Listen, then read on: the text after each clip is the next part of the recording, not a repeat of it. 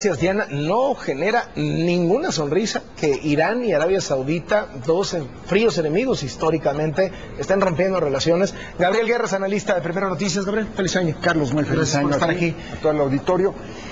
Vaya manera de empezar el año en la región. Arabia Saudita el sábado, Carlos, ejecuta a 47 personas, las acusa de terrorismo, entre ellas a un líder chiita muy importante, un ayatolá en la región, reconocido además por su liderazgo y su defensa de los derechos de la minoría chiita en Arabia Saudita. Donde la mayoría son sunitas. Donde la mayoría son al sunitas. Revés de Irán. Al revés de Irán. En términos generales, para efectos de explicar un poco, el 80-85% de la población musulmana en el mundo es sunita. El resto es chiita. Tienen mayoría en pocos lugares, uno de ellos Irán, pero hay un choque, digamos, tradicional entre Arabia Saudita e Irán que va más allá de las diferencias doctrinarias o religiosas, Carlos. Nada más para ejemplificar, diríamos que los sunitas son menos radicales que los chiitas, o los sunis son menos radicales que los chiíes. Mira, no, yo creo que más bien históricamente los sunis han sido más proclives a asimilarse y a colaborar con el gobierno o con los gobiernos, sean de donde sean. O sea, el último califato otomán, por ejemplo, fue sunita. Ahora Estado Islámico es sunita, con lo cual podemos terminar con el argumento de si son moderados o no son moderados. ¿Tienes toda la razón? Pero podríamos compararlo un poco con la división histórica en el cristianismo. Católicos, protestantes. O sea, más o menos de ese tamaño son las diferencias, no son mayúsculas, es más bien quién es el heredero legítimo del profeta o quién no lo es. Pero al margen de eso, querido Carlos, en Arabia Saudita e Irán hay también un conflicto regional. O sea, más allá de las diferencias religiosas, tienes un Irán que pues, lanzó una revolución islámica en 1979, que se ha convertido en una potencia regional muy importante, que ahora, además, con el acuerdo que finalmente logró con Estados Unidos, la Unión Europea, para poner fin al conflicto y a las sanciones por su programa nuclear, pues está en el umbral de poder nuevamente entrar al mundo del comercio internacional y de la economía internacional, y una Arabia Saudita que tiene una monarquía verdaderamente medieval, que aplica la ley y la justicia de una manera absolutamente medieval. El caso del sábado es perfectamente claro.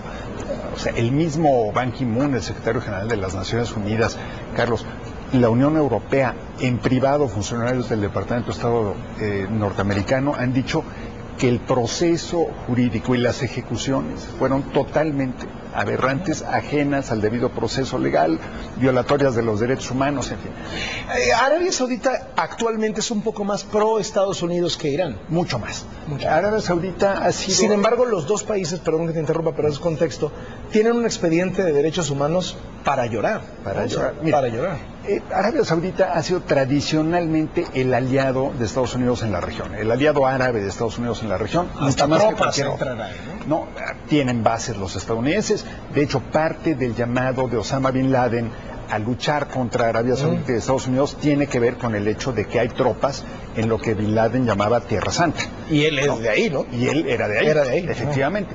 Pero Arabia Saudita, para darnos una idea nada más, mira, sin quererle lavar la cara a Irán, pero en Irán hay sí una teocracia por un lado, pero por otro lado tienes un gobierno democráticamente electo, un parlamento democráticamente electo, hay partidos de oposición, hay represión, sí hay violaciones a los derechos humanos, sin duda, pero no se compara con una Arabia Saudita en donde hasta hace muy poco las mujeres no podían manejar un automóvil, en donde se celebró con gran fanfarria que recientemente, por primera vez en su historia, mujeres pudieron participar en las elecciones para consejos municipales, Carlos. O sea, es verdaderamente el equivalente a que ya les dieron chance de ser regidoras, ¿no? Bueno, regidoras en un estado en el que los regidores y los municipios no tienen absolutamente ningún poder, ¿no? Casi poder hablar en las reuniones de cabildo. Ese es el derecho al que accedieron y que se catalogó como una gran victoria.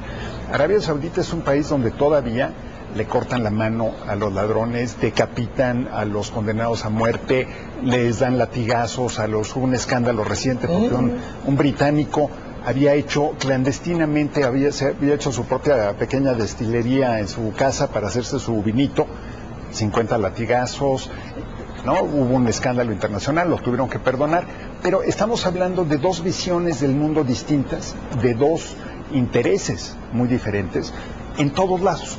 Arabia Saudita está apoyando a los rebeldes en contra de Assad en Siria. Irán apoya a Assad. Apoya a Assad abiertamente. En Yemen y en están también divididos, ¿no? En la guerra civil que ahí se está dando, Arabia Saudita bombardeando, Irán más sutilmente apoyando a los grupos rebeldes. En el caso de la relación con Israel también, Arabia Saudita, aunque dice que no, pues en el fondo es cercana y aliada de Israel, Irán está apoyando a Hezbollah.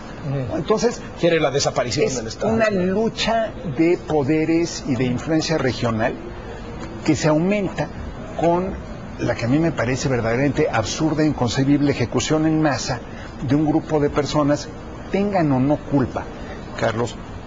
Para empezar, la pena de muerte es algo que a mí me parece aberrante, ¿no? Pero ejecutar a un ayatolá chiita que tiene una enorme ascendencia de la población en la región donde tienes mayoría chiita, como está el mundo y como están las tensiones, parecía un acto de provocación. Y bueno, efectivamente lo logró. ¿Quién pierde más?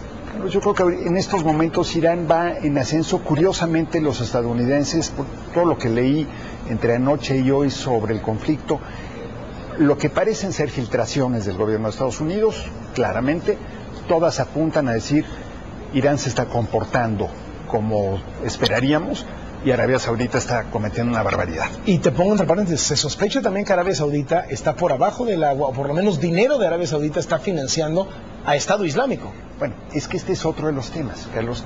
Como Arabia Saudita es un mundo totalmente, decíamos, medieval, muchos de los multimillonarios saudíes están ellos financiando, algunos lo hacían antes con Al-Qaeda, ahora lo hacen con Estado Islámico, porque tienes a miembros de la familia real, tienes a miembros de la oligarquía saudí hinchados de dinero, listos a apoyar a los movimientos más radicales. Recientemente un editorial en el New York Times decía, a ver señores, el verdadero enemigo y la verdadera amenaza a los derechos humanos y al mundo, digamos, laico y plural en el mundo, no es ni siquiera Estado Islámico, es Arabia Saudita. Es el país más radical en términos de aplicación de la ley religiosa islámica. Entonces, en fin, tenemos un conflicto entre, pues, digamos, un Irán del siglo XX. Es peligroso que se estén peleando estas dos potencias regionales en una región, no es cualquiera, pues. Pues ¿no? mira, mientras... O sea, no es Venezuela peleándose contra Colombia. No es Venezuela peleándose contra Colombia, son dos de los mayores productores de petróleo del mundo. Dos de los países que son emblemáticos para sus respectivas vertientes y corrientes religiosas, mientras quede en el discurso, escala un poco la tensión, elimina cualquier posibilidad de un acuerdo común en Siria. Yo no le veo el riesgo de que vaya más allá, porque sería una locura que cualquiera de los dos atacara al otro, ¿no? Militarmente hablando. Yo creo que, aunque tuvieran la posibilidad, sería suicida de parte de cualquiera de los dos.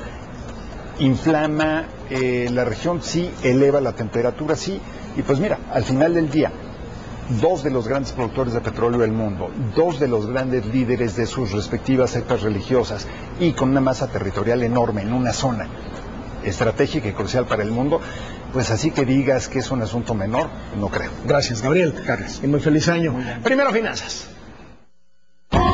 Telcel 4G LTE presenta Finanzas. Como aquí lo hemos informado, ante la subida del dólar, el Banco de México reactivó desde el 9 de diciembre de 2014 la subasta de la moneda estadounidense